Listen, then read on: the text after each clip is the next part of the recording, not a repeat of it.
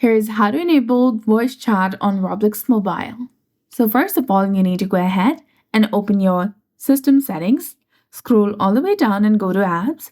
From here, you need to simply search for Roblox application. And once you find it, tap on permissions. Then go ahead and make sure that you have given the permissions for microphone and camera as well. Then come back and open your Roblox application. Log into your specific account and tap on the More icon from the bottom right corner of your screen. Then scroll all the way down and go to Settings.